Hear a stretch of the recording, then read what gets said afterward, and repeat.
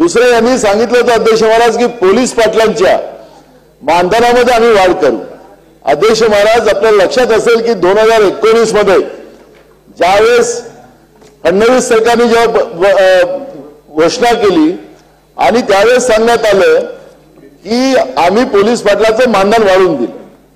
अध्यक्ष महाराज, त्याचा राजकीय फायदा काय झाला नाही झाला त्याच्यावर मला आता चर्चेला जायचं नाही, पण अध्यक्ष महाराज कुठलेही कॅबिनेटमध्ये प्रस्ताव नाही, कुठलेही अर्थ विभागाकडून त्या पद्धतीचा प्रस्ताव नाही आणि सरकारने घोषणा करून टाकली अध्यक्ष महाराज।